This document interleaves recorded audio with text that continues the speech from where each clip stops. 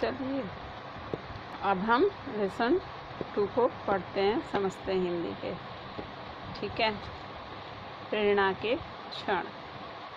प्रेरक प्रसंग है ये ज़िंदगी के अनुभव के ऊपर लेखक ने ये लिखा है।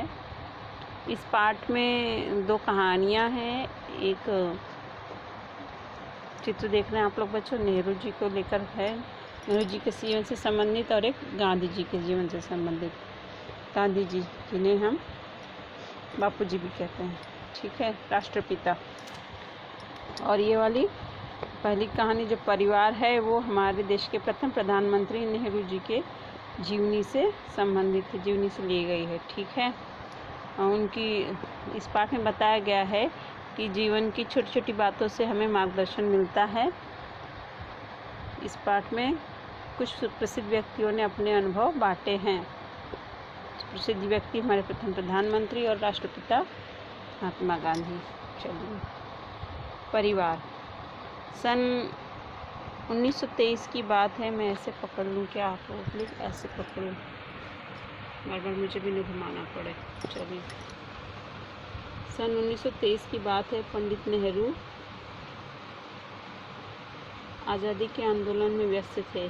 आंदोलन की व्यस्तता के कारण वे पारिवारिक जिम्मेदारियां नहीं निभा रहे थे। अर्थात आंदोलन के अंदर इतना वो व्यस्त थे कि पारिवारिक जिम्मेदारियां नहीं निभा पा रहे थे।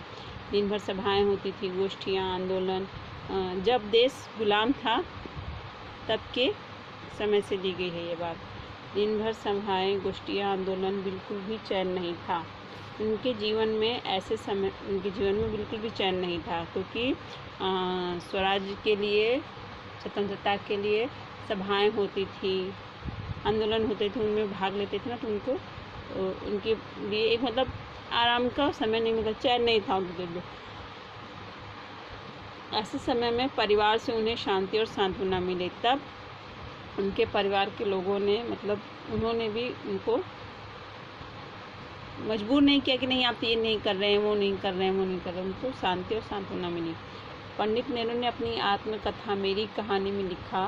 क्या लिखा? उन्होंने अपनी आत्मकथा लिखी थी, मेरी कहानी नाम की। उसमें लिखा था, मैंने महसूस किया कि 1920 से लेकर मेरी पत्नी 20, अपनी आत्मकथा में उन्होंने 1920 से बात लिखी है और ये बात 1923 की है। मेरी पत्नी ने जो उत्तम व्यवहार किया, उस समय जो उत्तम व्यवहार किया, उसका मैं बहुत ऋणी हूँ। उसका ऋणी मीन्स उनका जो उन्होंने मेरे साथ अच्छा व्यवहार किया उसको मैं चुका नहीं सकता। स्वाभिमानी और मृदुल स्वभाव के होते हुए भी उसने न केवल मेरी सनकों को बर्दाश्त किया, सनक मतलब अजीबोगरीब आदत। ठीक है, ऋणी का मतलब कर्जदार। सनकों को बर्दाश्त किया, बल्कि जब जब मुझे शांति और संतोष की सबसे ज़्यादा ज़रूरत थी तब तब वह उसने मुझे दी। किसी भी व्यक्ति की सफलता में उसके परिवार की भूमिका महत्वपूर्ण है। यदि परिवार में सुख, शांति और सहयोग है तो व्यक्ति कठिन से कठिन परिस्थितियों में भी सफल हो सकता है, उनसे जूझ सकता है। अर्थात इस पाठ में जो इसका नाम है परिवार, तो परिवार के बारे में ही बताया गया है कि परिवार के लोग अगर साथ हैं, परिवार में सुख, शांति है और सहयोग है, तो व्यक्ति कठिन से कठिन परिस्थितियों में भी सफल हो सकता है। ये हो गया पाठ 1। अब पाठ 2 समझते हैं। मितभाषिता। एक कम उसमें मोबाइल में ऐसे पकड़ूंगी। महात्मा गांधी स्वभाव से संकोची थे तथा बहुत कम बोलते थे। मितभाषिता मतलब कम बोलना। ठीक है, मित मतलब कम, भाषिता मीन्स बोलना। तो कम बोलते थे। उनका कहना था, आदमी को शब्दों की मितव्ययिता सीखनी चाहिए। मितव्ययिता मतलब कम खर्च करनी चाहिए शब्द। अपने विचारों पर काबू रखने की आदत सहज ही पड़ जाएगी। कब? जब वो कम बोलेगा।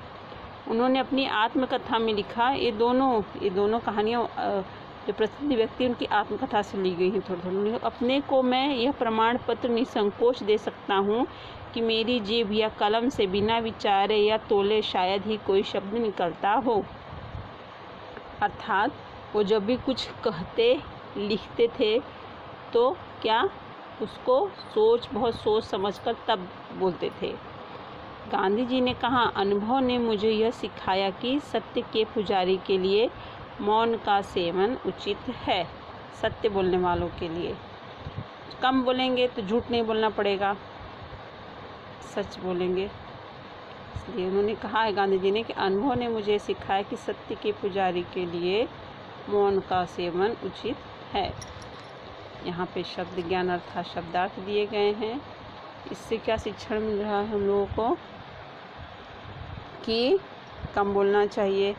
और परिवार में भी हम बच्चे हैं लेकिन हमारा भी तो कुछ योगदान होता है ना, कि हम घर में हैं, बड़े बैठे हैं और हम शोर मचा रहे हैं, कोई से पप्पा चाचा या मम्मी कुछ काम करके आ रही हैं थकी, हम लोग शोर मचा रहे हैं तो पहले ही शारीरिक तौर पे थके होते हैं, तो फिर हमारा ये शोर करना उनको और परेशान करता है। अच्छे से नींद आराम कर नींद नहीं कर पाते, सभी सहयोग होता है ना बच्चों। तो ये 2 पाठ का हमने मतलब समझा और इसका जो अभ्यास है वो मैं नेक्स्ट वीडियो में डालूँगी। ठीक है, मिलते हैं नेक्स्ट वीडियो में।